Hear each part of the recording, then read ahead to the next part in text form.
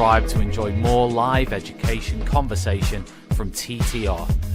We hope you enjoy this show. Outstanding and world-class vision and world-class this. I'm a real leadership geek, honestly. I've spent my whole career reading books and chatting to people. I just find the whole thing and the announcement, the way it's been announced, bizarre. If you could move away from a model where teachers are so intensely focused.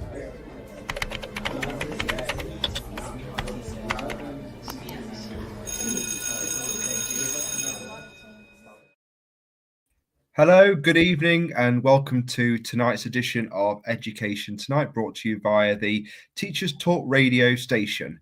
I'm joined on my left by my good friend Brent Poland. How's your week going, Brent? Is it half term ready? Not yet. So it's tomorrow is obviously our half term start off. Come on, last day. Get the video player out. No. I'm not.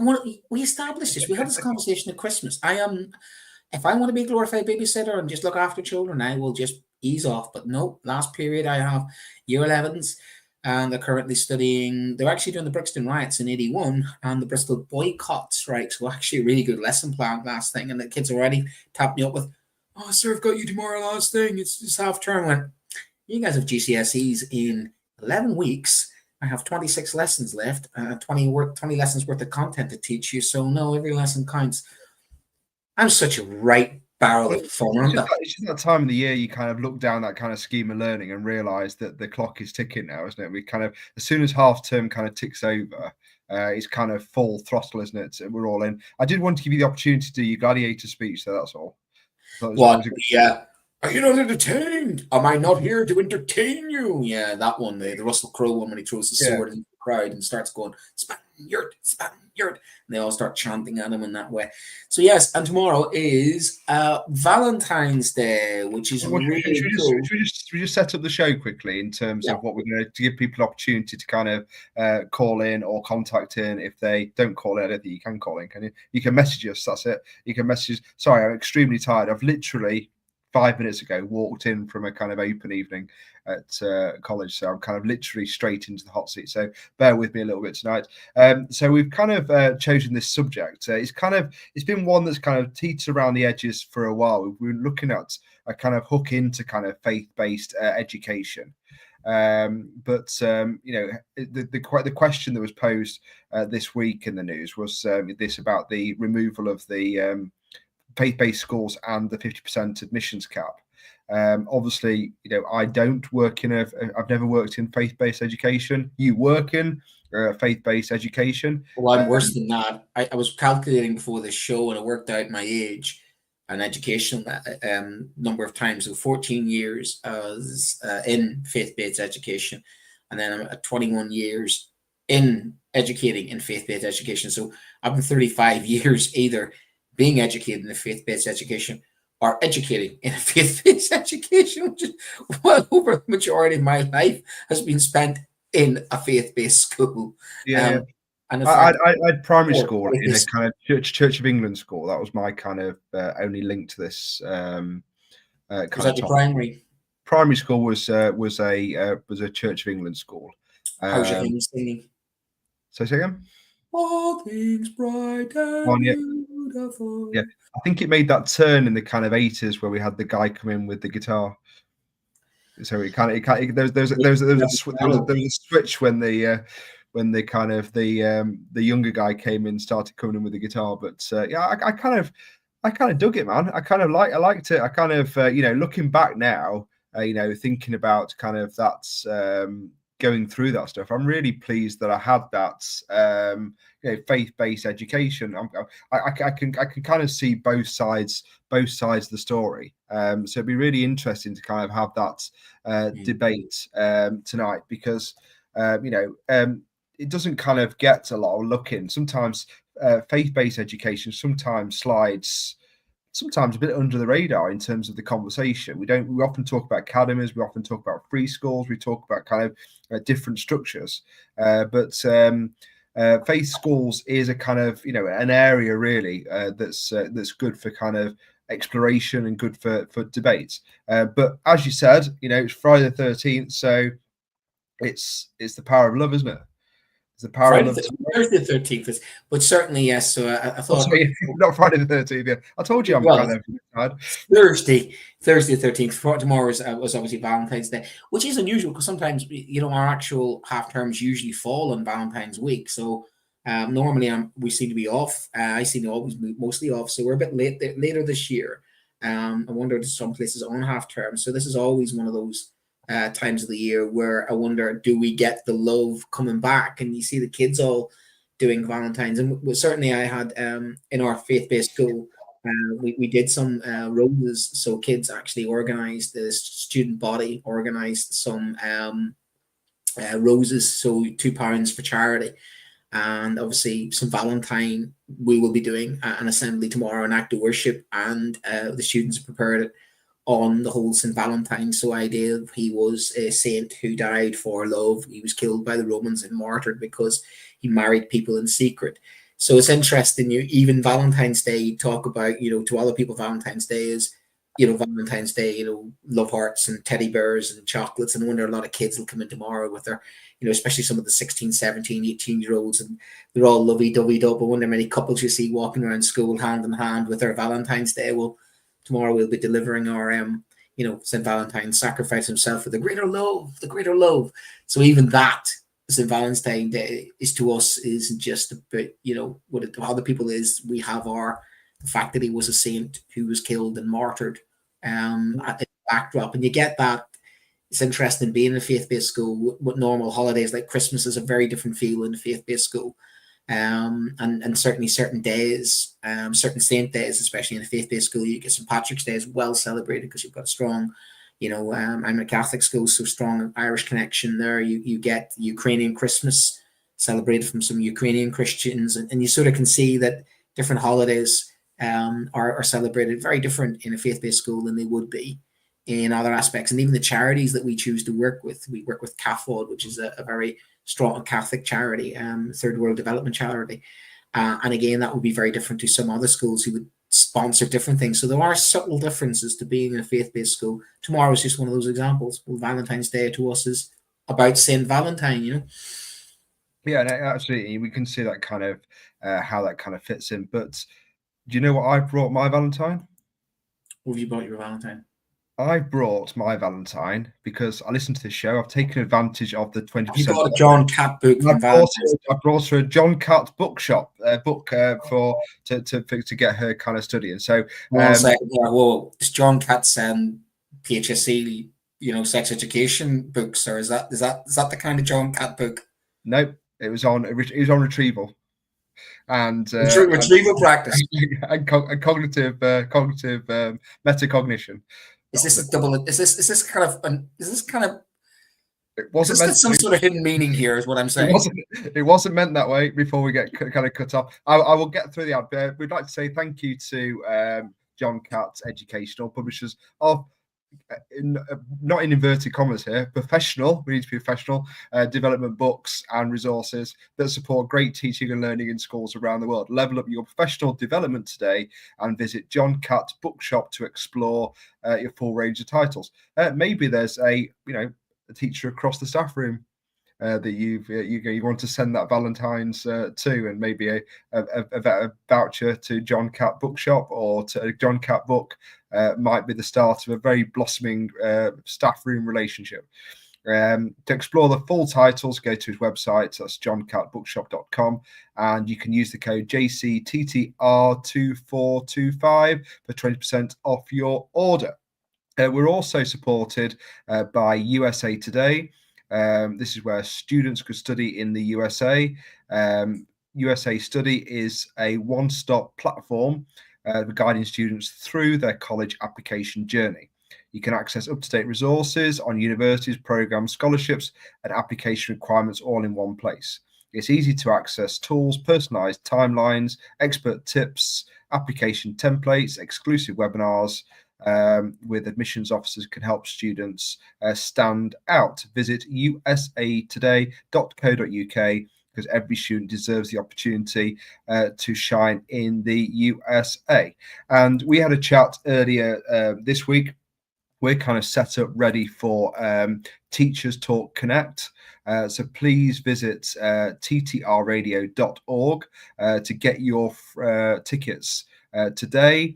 That's coming live from Manchester on the 1st of March, a Saturday, the 1st of March. We already have a whole, I saw on Instagram the other day, the whole timetable of fantastic speakers, but we've got the main stage speakers, including Lee Parkinson, Katie Jones, and Vic Goddard, as well as loads of CPD sessions going off all through the day.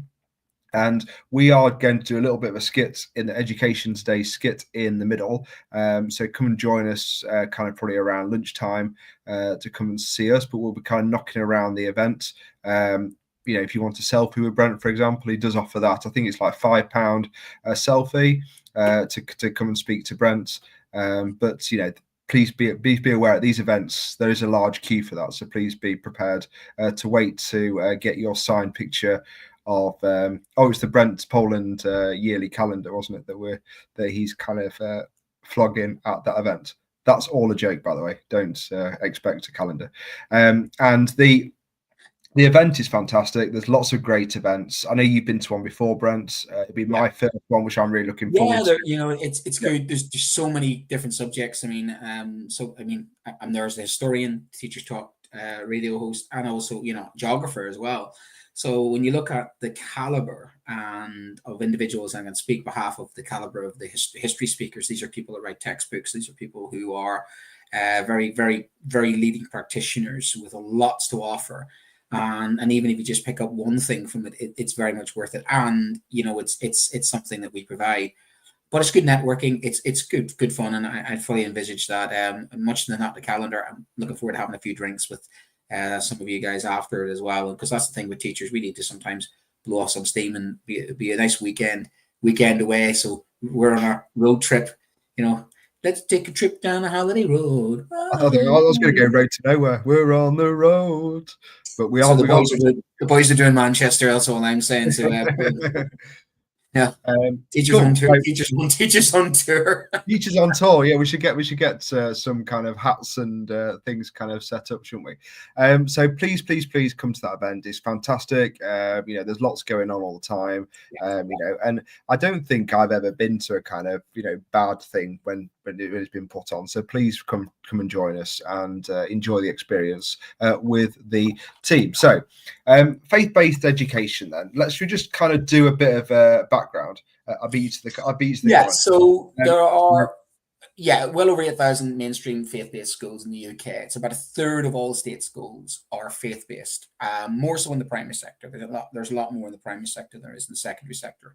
And that's over 2 million children in total in faith-based schools of all different varieties and all different religions. Of course, the Church of England has the largest provider of faith-based schools, it being the largest single faith that there is in the country still. Mm-hmm. Even though the last census, I think, recorded 47% of people, wasn't it, that were of some sort of faith, and the Church of England, I think, was the largest of that. Yeah. But there used to be the situation where 200 years ago that the country's main faith was the Church of England, and you weren't even allowed to practice Catholicism. That was emancipation in 1832, I think. Yeah, and we also know from the last census, it was the first time the UK tipped into being majority secular, wasn't it? Non-faith versus faith. Yeah. And you have your Catholic sector, of course, which is very strong in cities like Liverpool, which is the largest Catholic city in England, which no surprise considering the strong Irish diaspora. And certainly when teaching in a Catholic school myself, there is a very strong Catholic diaspora, Irish diaspora, Italian diaspora, Mediterranean, Latin America, Philippines. There's certain Catholic countries of which you find strong connections to children in Catholic education. So much like the missionaries coming back scenario. And of course, then you've got your Jewish schools, very prominent in areas, parts of North London, places like that. You've got your Islamic schools, your Sikh schools, your Hindu schools as well. So there is, interestingly, a slight increase in the proportion of state-funded schools since 2000. So it's actually an increase, weirdly, if you actually cross-reference that. The number of people identifying with faith is actually decreasing, but the number of schools who are faith-based schools seems to be increasing, which is a kind of strange situation. However, what I can say anecdotally and from the trust that I'm in, and with my own faith-based school, I've been a former governor who sat on boards talking about admissions when I started 20 years ago, and I was a governor about 18 years ago. We had a situation where we had people pretending to be faith-based to get their children to school. I've had scenarios where people were doing the gaming the system of postcodes, getting false baptism certificates, and there used to be situations where that people would do things like that to get into a faith-based school. But I can say that because there was that thing, wasn't there, at one stage, kind of coming into the kind of noughties that because some schools were, I guess there was a kind of rub on education coming out of the last Labour government, was there? That maybe the faith-based system was holding its own in terms of attainment. They do. A faith-based system does. I think the secret is, and I would say, I suppose what I'm going to suggest is, and this is from my own experience, and this is from the evidence I've seen, and from 20 years in the faith-based sector, but also, as a social scientist, trying to figure out why do faith-based schools do better. And here's my take on it. The ethnicity. I'm talking about the migration thing. I'm talking about second and third generation migrants have got a very value of educational kind of mindset. So there is that aspect. And you take, for instance, some of the successful schools that aren't even faith-based. You take, Catherine Bergelson's school, you're talking about a high instance of coming from certain backgrounds which have got value of education. Yeah. So at some point, there's some kind of filtering going on. There is. And that filtering, because people need to choose, there's almost that was like the second point I was going to make is that it's choice. Yeah, you go ahead, yeah. It is, because when there are closer schools than say our school, so there are closer schools for some parents, and as a result of that, some parents will go out of their way to send a child to a faith-based school, which means I think that they're more invested. They have more of a value of education. They feel that there's a stronger ethos. So you have a scenario where there's a local secondary school, but a parent will say, I want my child to go to a faith-based school. They are more likely to volunteer for the Parent-Teacher Association. They are likely to turn up at a parents' evening. They're more invested in the child's education because they've gone out of their way to pay for a bus potentially. So it's costing them more money to send them to a faith-based school, which means they, by that action, value education, more supportive of the school, and are more invested in the school. And therefore, you can ring a telephone up and say your child hasn't done a homework, and they have that attitude. So you're getting that buy-in from faith-based schools. And that's the second aspect. And the third aspect is traditions and ethos values that faith-based schools try and instill into the children, which parents again buy into. So you're talking about stricter rules. You're talking about the values, the ethos. It's hard to describe it without sort of saying, well, a non-faith-based school may have some of this, but faith-based schools are very much about tradition, about standards, about, for instance, it's hard for me to describe it to you, but there is a kind of ethos that you get with faith-based schools. And that ethos is almost permeated down. And again, with people choosing to be there, because one thing you've got over that is you can turn around in a faith-based school and say to a parent, for instance, well, if your child doesn't like the fact that we're doing RE lessons 10% of the timetable, and you've had that recently, parents saying that, well, why is my child doing all this RE?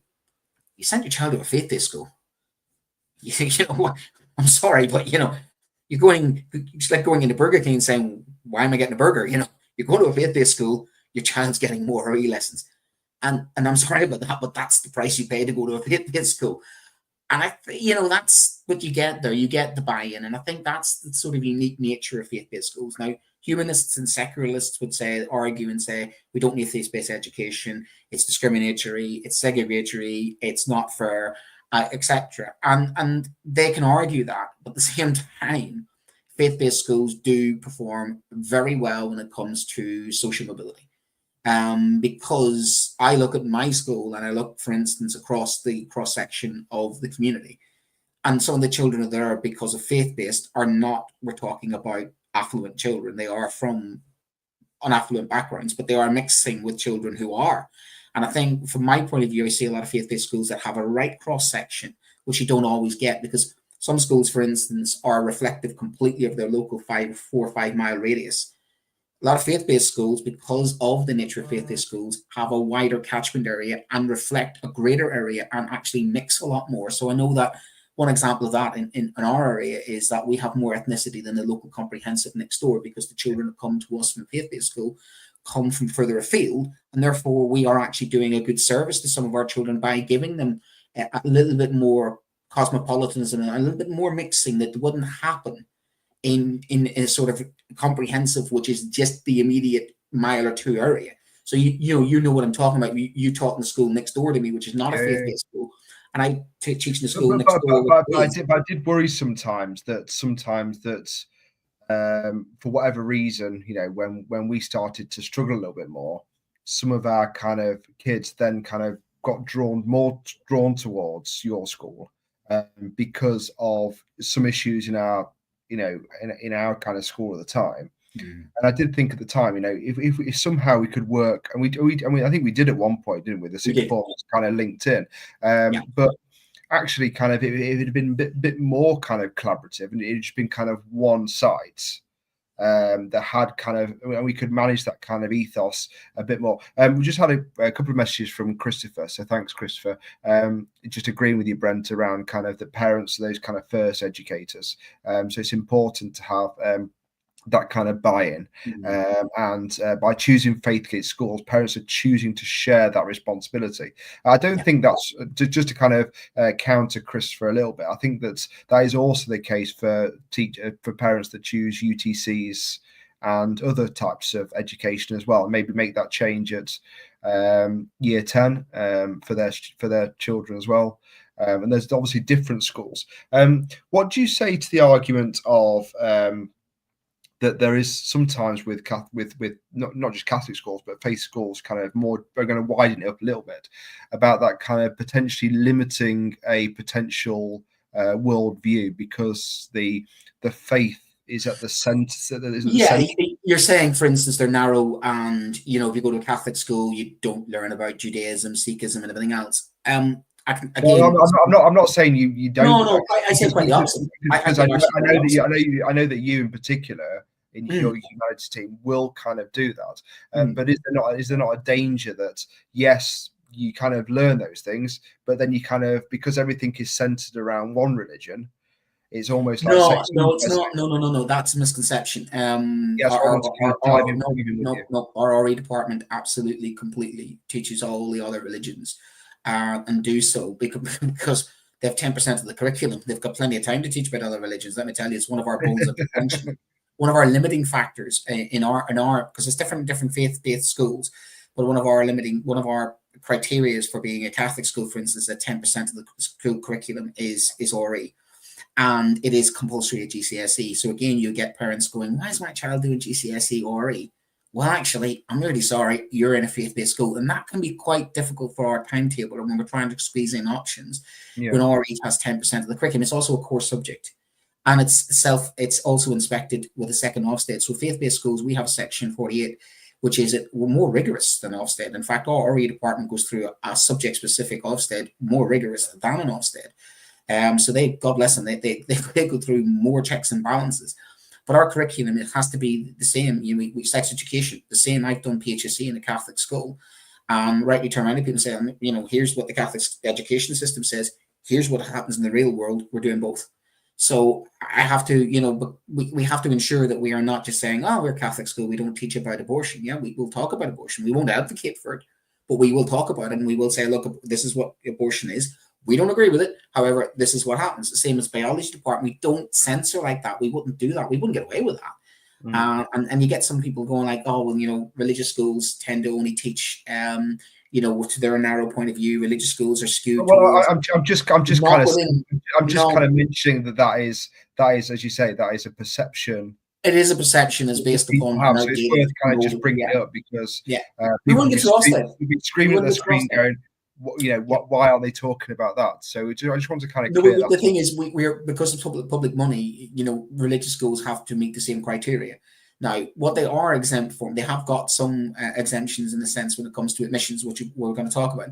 They also, parents can opt out. So parental choice, but that's the same in a normal comprehensive school where parents can say, I don't want my child to have certain education lessons. So we are challenged with, and it is a difficult balancing act, balancing what the needs of what's faith-based school says, versus, you know, the real world. And it is a tricky thing, but we try and do our best with it because we don't want to be accused of saying our children are insular and our children are only getting the Catholic version of the world. Because the thing about young people, anyways, you try and say, you know, be completely Catholic, they'll go the opposite way. They just go the opposite way. So it doesn't work that way if you try to, you know, I'm Irish Catholic educated. We kind of got that back in the 80s and 90s, and it doesn't actually work because kids are curious enough to go, so the church says this, right? I don't think that. You know, it's great when you've got kids saying, I don't believe in, you know, you get children in our RE department, they challenge RE department, actually trying to say, I don't believe what the church says. So in fact, we've got rigorous debates, philosophical debates for our children all the time. We've got minds of their own. And we might say, you know, one thing to them. That doesn't necessarily mean that we are brilliant at indoctrinating or brainwashing the Catholic faith, if anything.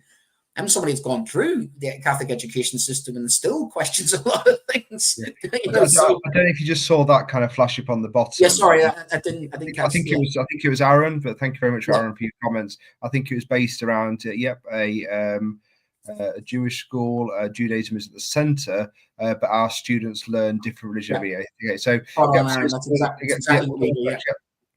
We have to put, same as that, I'm sure Jewish school has to put the Jewish faith at the center, and they have to have, you know, I'm sure they, like we would, you know, we've got to make sure we're looking at our sacraments, looking at baptism, and that is a huge proportion of obviously would be through that.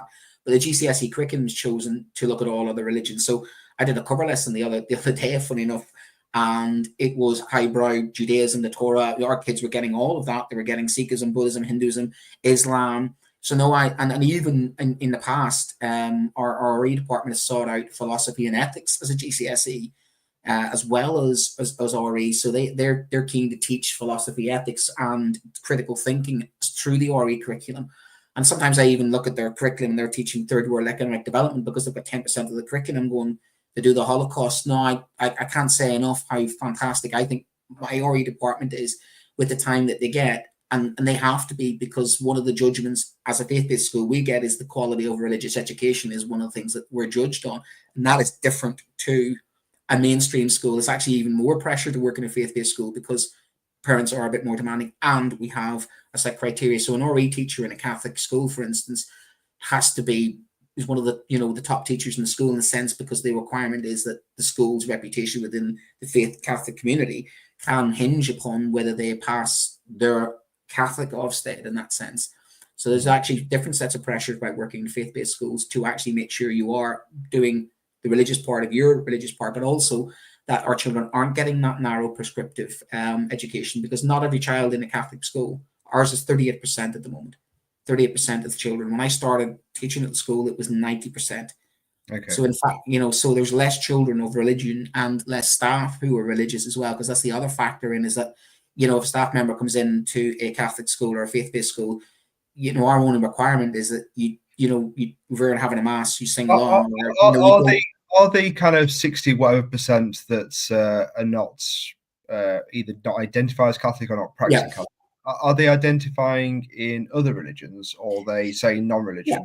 Yeah, we have children of other religions. We've always had. In fact, when our numbers were about 80 to 90% when I started, I think it was 80 to 90%. We always supplemented the rest of ours with children who were of very different faiths, because some parents were happy to send their child to a faith school, knowing, yes, it was a Catholic school, but they were happy with children who were Salvation Army, children with all different sort of backgrounds. And of course, we don't have in the area, we don't have much in the way of diversity of Hindu, Sikh, people of Jewish background.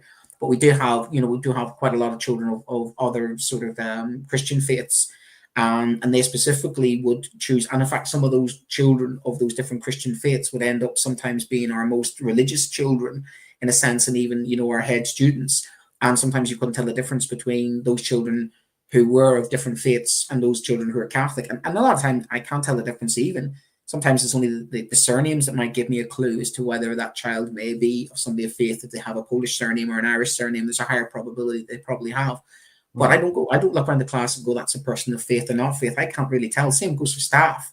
But, you know, and it only starts to become evident when you have a service and the children go up, and if the children are, you know, of the Catholic faith, they have received the Holy Communion, and if they're not, they have a blessing. And that's the only way sometimes you can actually figure out if somebody is of a religion or not, because we just don't have that divide even within the school. But it used to be more prominent. Honestly, it used to be a lot more prominent, and there used to be more people of faith. And I don't know whether that's just the nature of school education changing, or the numbers of people going to church, which is decreasing, or just our school in general. But I think that's a problem now that's happening in a lot of the schools, is that weirdly they're saying let's protect, faith-based education, but the number of people in, say, Christian denominations is decreasing, is it not? Yeah, So that may be the response. My daughter's just volunteering Duke of Edinburgh, and she's helping with the kind of Sunday kind of service, kind of, I guess, crash kind of class that they have for the younger children. And it does look kind of quite weak on a Sunday, the kind of congregation. I know that our local area, they've had to pull in different churches together at certain points. So do you want to dive into this bit? So the 50% rule that's actually that's hit the news kind of this week. Do you just want to kind of explain a little bit more about that and kind of what's going on? So the Catholic schools, government level. The faith-based schools had some exemptions. So they said there was a 50% rule on faith-based schools. And it was unlawful for maintaining independent schools to have admissions criteria that discriminated a child on the grounds of a child's religion or belief. However, because that would be something that would be not in keeping with the nature of the country, and that would be kind of contradictory to legal legislation on protected characteristics or equality. That would be in breach of those. However, the caveat is faith-based schools are exempt and permitted to use faith-based oversubscription criteria in order to give a higher priority in admissions to children who are members or practice of faith. In other words, if it comes down to they have oversubscribed, it comes down to they can segregate in the sense that they can prioritize taking children of a faith before children of not a faith. And that is only exempt if school is oversubscribed. And we've always had that scenario. We had a child moving to the area, and even we do admissions, we always had, the child is in the catchment area. The child has a faith-based background. The child has a sibling in school. When we were looking at our admissions, when we were an oversubscribed school, that's exactly what used to happen. And I remember about 16 years ago, we had 120 places. We had 44 appeals. And my head teacher didn't see him for a couple of days because he was basically at appeal, and some of those were upheld.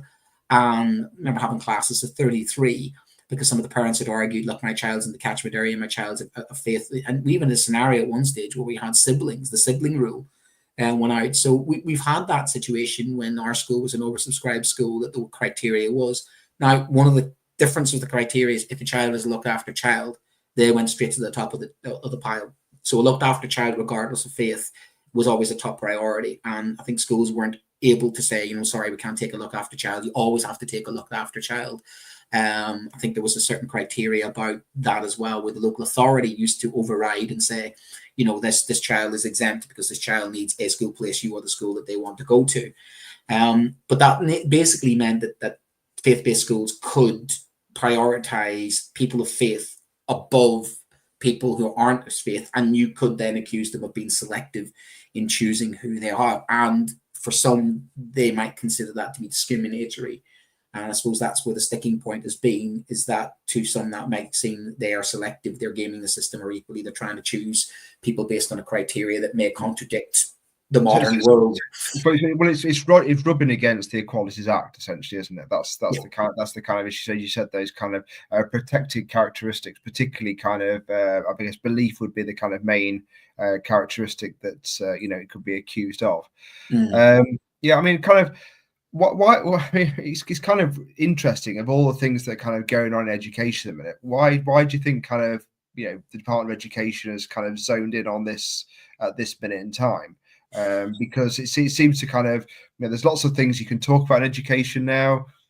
Was this a big issue? Was it something to be concerned about? Was it something that had to be reviewed anyway, or was it? I think the thing is, it became a political thing because people. There's 2 million children in faith-based education, and that's a huge voting area, and that is something. If you are a person who feels strongly about it, that is a potential vote swinger, isn't it? That's something that you may feel, education is something that people particularly feel strong about.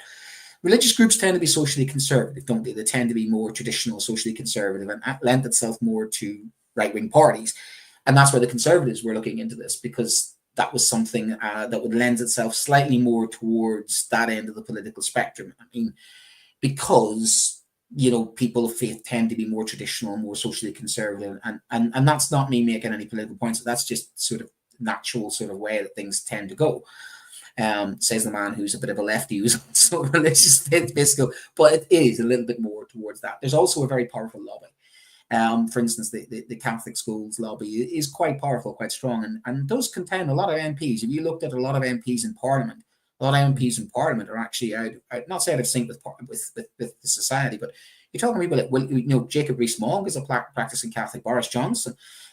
So you take a lot of MPs have gone through the faith-based education system, so there are very powerful advocates and very powerful individuals within society who themselves have gone through faith-based education and will argue and will try and protect what they consider is the sort of erosion of faith-based education. So there's powerful lobbies who really want to protect, ring fence, and make sure that faith-based education is treated slightly different from the rest.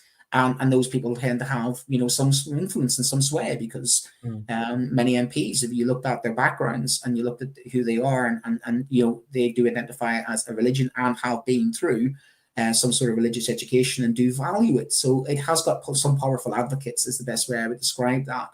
And certainly there is a case to be made in a country that has tradition, and faith-based education has always been something quite strong in the country. So many people value that tradition of faith-based education. Like I say, you know, you have your All Things Bright and Beautiful. You've went through primary school. It still leaves a bit of an indelible mark on you.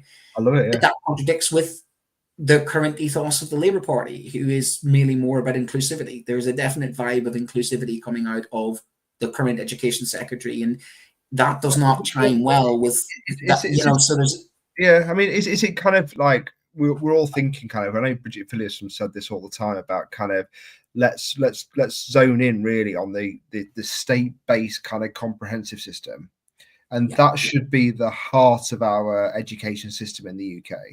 And is it their argument that any choice around that can basically drive us away from that goal? Whether it be, if you look at their kind of policies around private education, academies recently, you've got anything that's a bit different is kind of being looked at. What I mean by different is different from that core, that the comprehensive system is at the core, and this is what we're going to try and lift. I think what you're saying is what we've seen, the backlash from people like Catherine Berman Singh, who feels that, you know, her her free school model, where she's sort of slightly outside and has a slightly different set of rules and is able to play a little system where she can sort of run her school with her own kind of fiefdom, so to speak. And she's basically kicking off because she's saying, no, I'm successful, leave me alone, let me do my thing, and I've done well the way I'm doing it, and you're interfering with me, I know better, I'm the head teacher. Right, I take some of those points and how frustrating it might be for her, but every school can't be like that, because as we know, there are winners and losers in education. I think what the government is trying to say is, let's level the playing field a little bit more.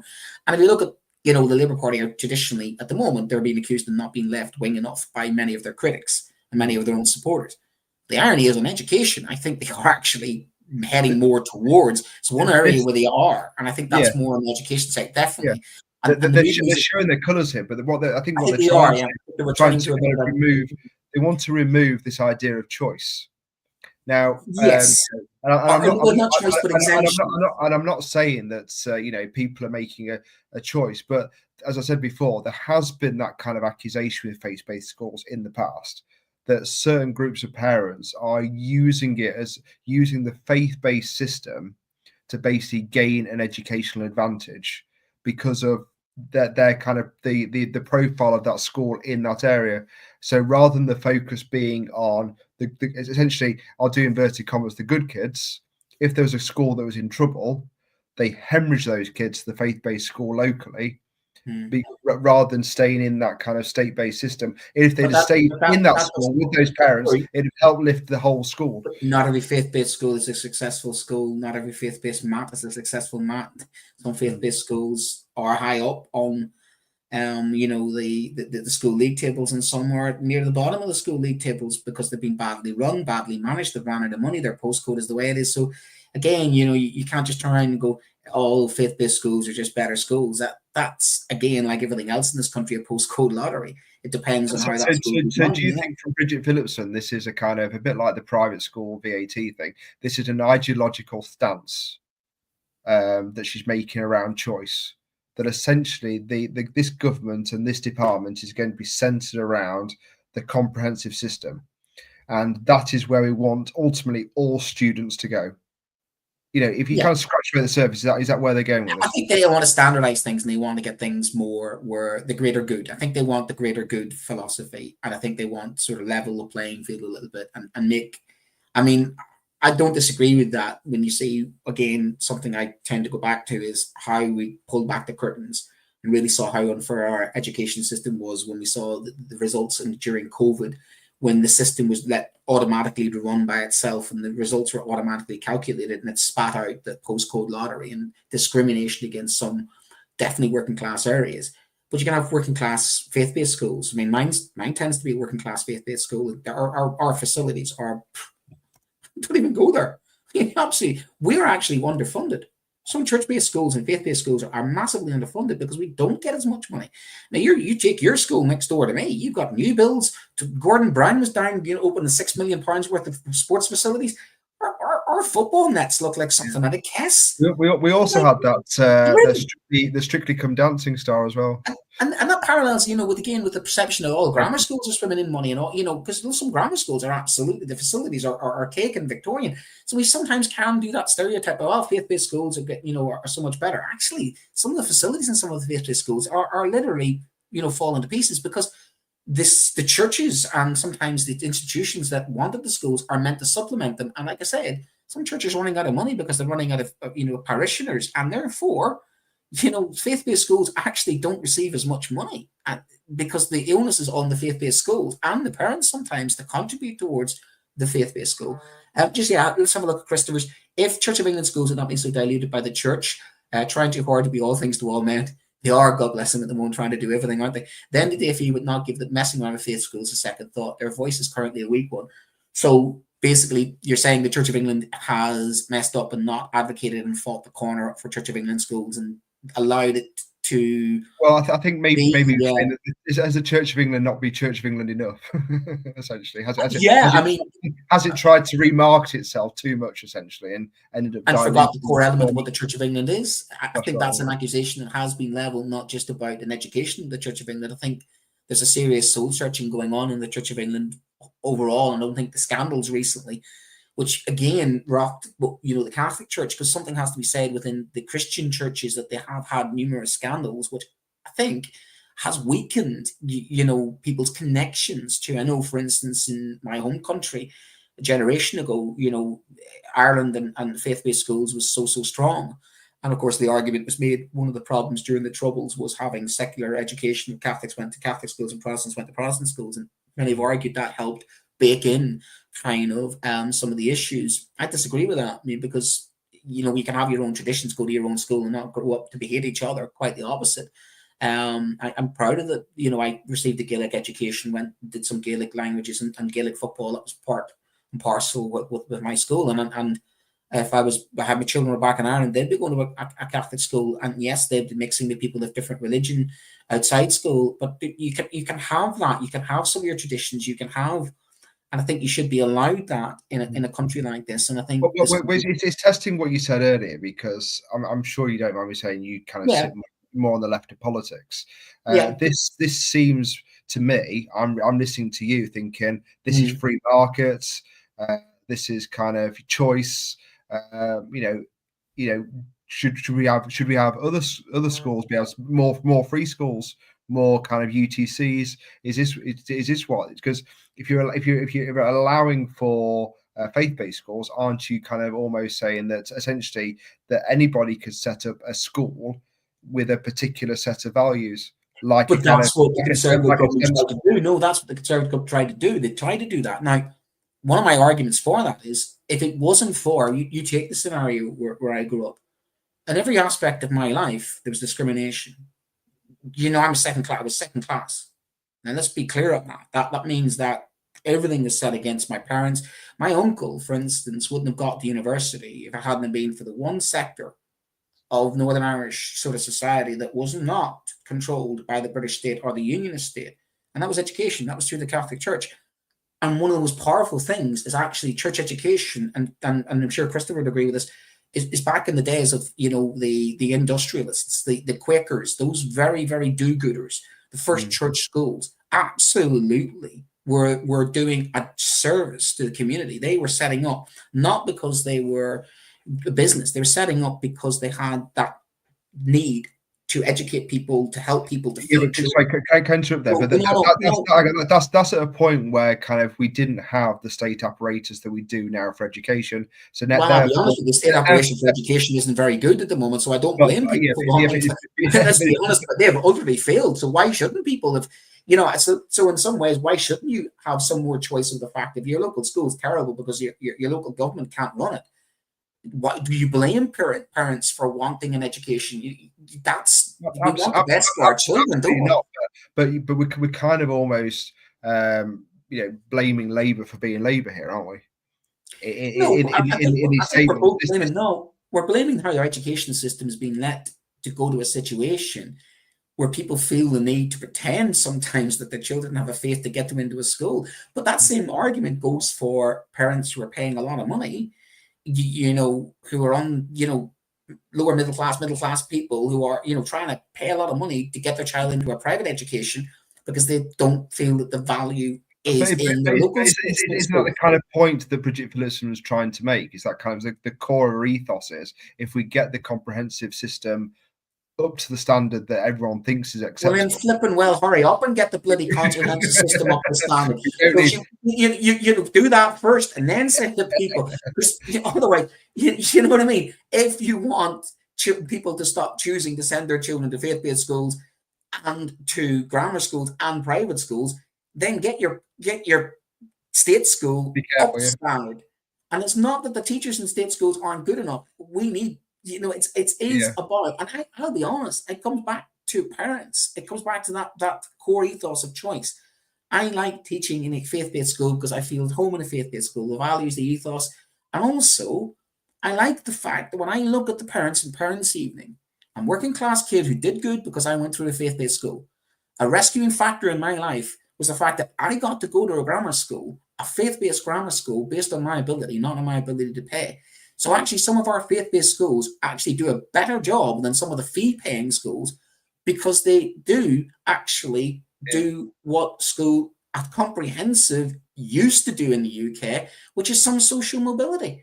I don't disagree with you. I don't disagree. I'm not going to talk over kind of your experience, but I'm just saying that ultimately, as a country, is the drive here for an absolute world-class, first-rate, comprehensive / secular system where we are just focusing on kind of learning in terms of the national curriculum.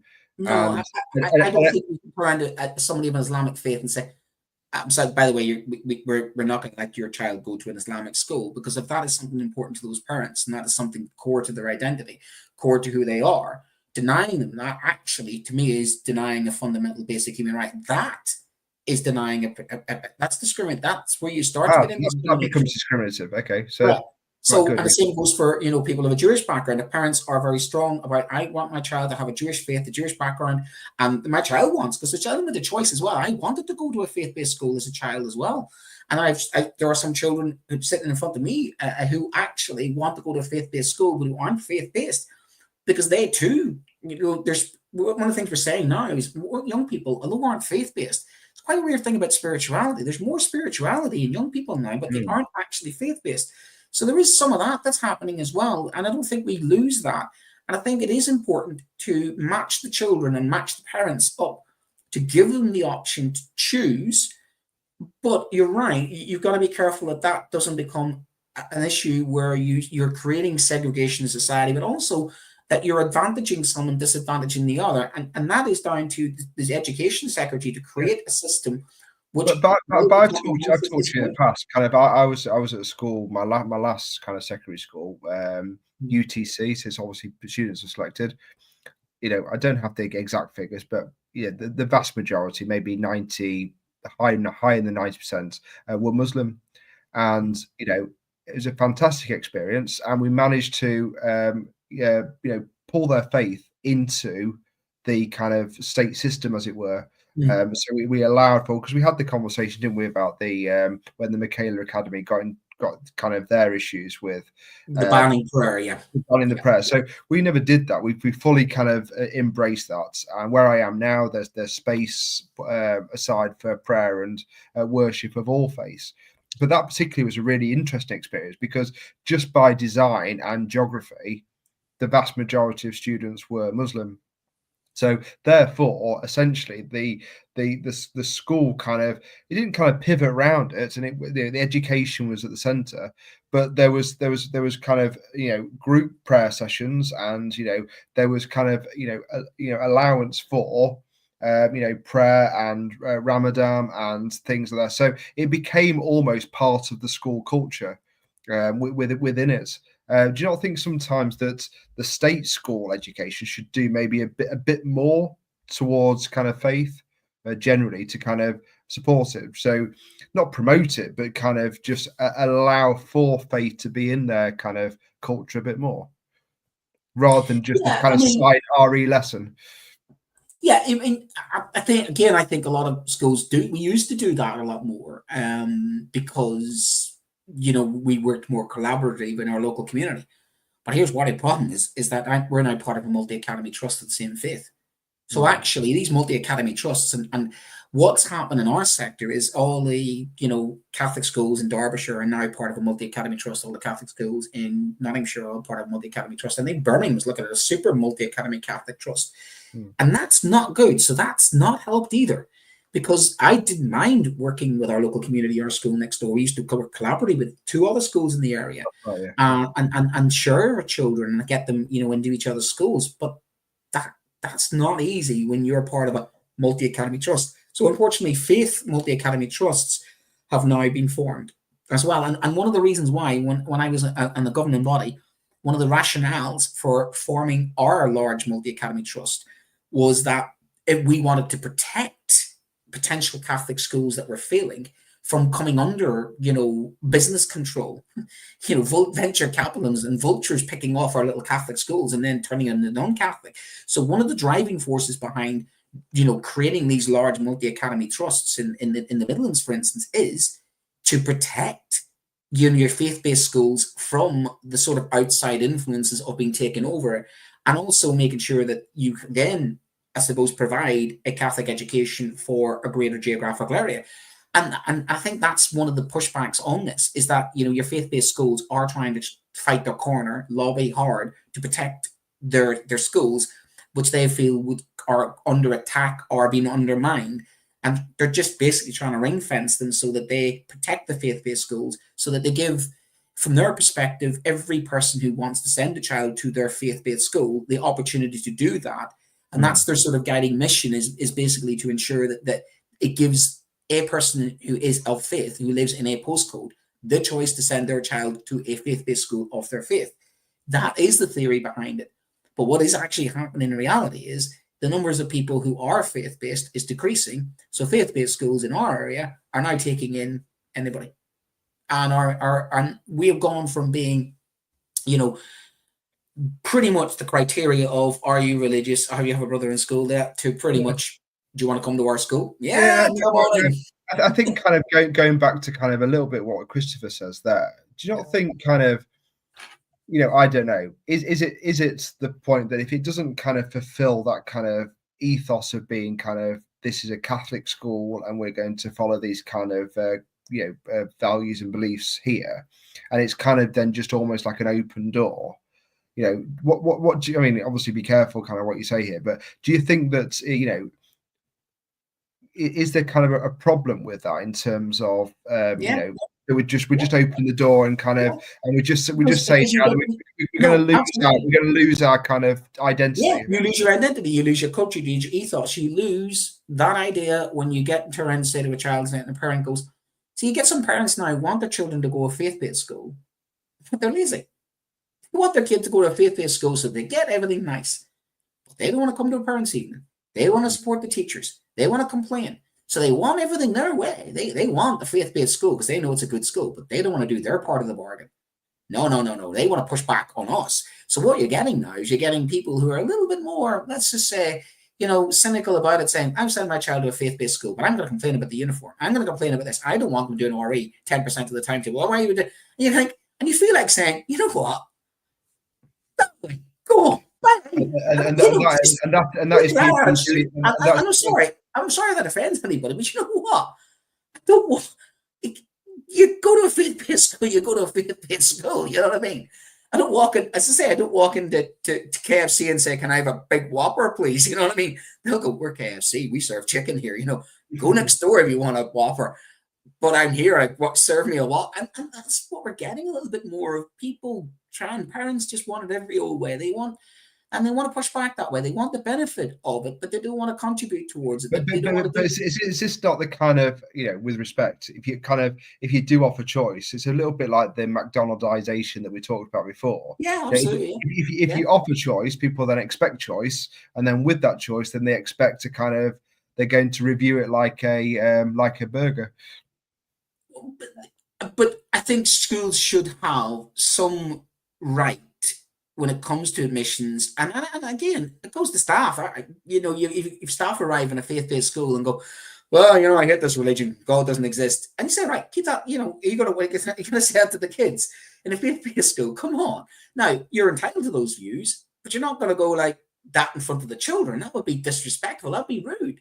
One of the things, if you're going to come and work in a faith-based school, if I work in a CAV school and I'm a Catholic, I'm not going to turn around and go, my God's better than your God. I'm not going to do that.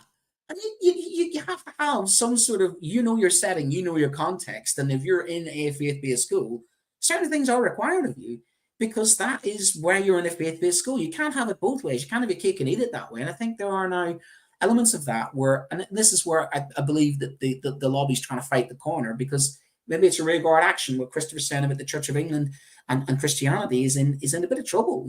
Church attendances are literally, on the decline. And therefore, as faith-based schools become a bit more desperate, they have weirdly opened themselves up. But actually, what that has had the effect of is diluting those schools. And what a faith-based education was 30, 25 years ago is not what it is now. Absolutely nowhere near. And that might do JLB there, Brent. Quickly. Yeah, JLB. Brent is right. Where we live now in two large Catholic trusts want to protect themselves from far left-leaning political ideologies. Everyone attends, a faith-based school of some kind. And yes, in the UK, you're right, JBL, is that every school in the UK has to have, I think you still have to have a prayer, you still have to have some religious ethos. I think that's still on the statute books as far as I'm aware. They have to have a morning prayer as well, isn't it?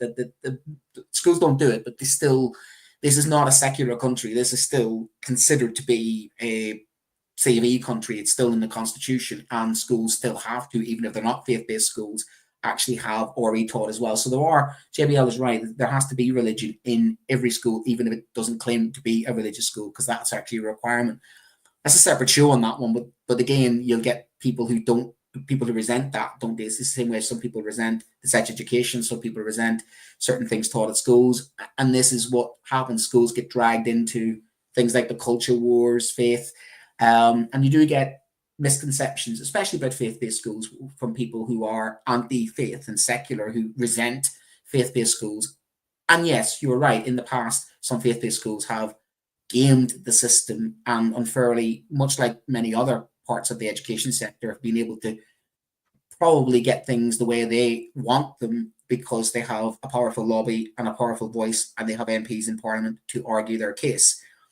And summarising, I think the Labour Party is starting to look at this, because you're right, Adam, it is starting to look at the whole bigger mosaic of how the education system works and who's it for and how it's servicing and how fair it is. So I do expect this is going to escalate, I think, like everything else. it'd be one to come back to. Yeah. But I know you've done a lot of the heavy lifting tonight, Brent. So thank you very much.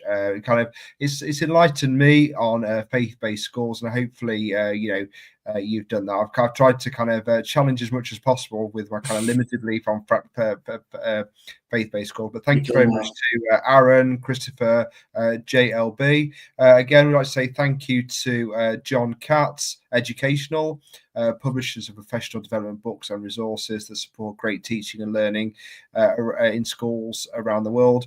Level up your professional development today and visit johncatbookshop.com to explore a full range of titles. Use the code JCTTR2425 for your 20% off your order. USA Today, if your students would like to study, or did they know they could study in the USA? USA Study is a one-stop platform for guiding students through their college application journey. Access up-to-date resources on universities, programs, scholarships, and application requirements all in one place. Get an easy access tools, professional personalized timelines, expert tips, application templates, exclusive webinars with admissions officers to help students stand out.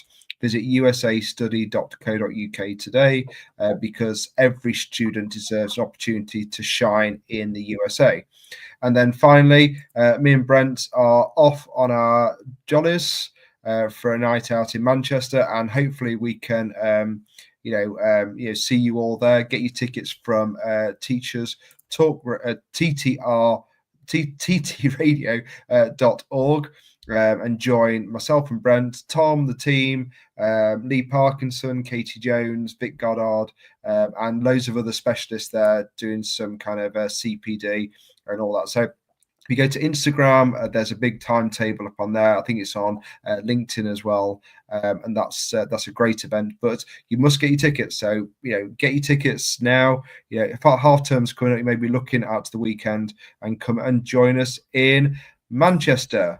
Have a great half term, everyone, and we'll see you in a couple of weeks where we're looking at. So we're going to look at strikes. Ballot. Yeah, I think it's going to hit the critical mass. Then use balloting again, and we're going back to potential industrial action based upon this idea of a pay rise which is not fully funded.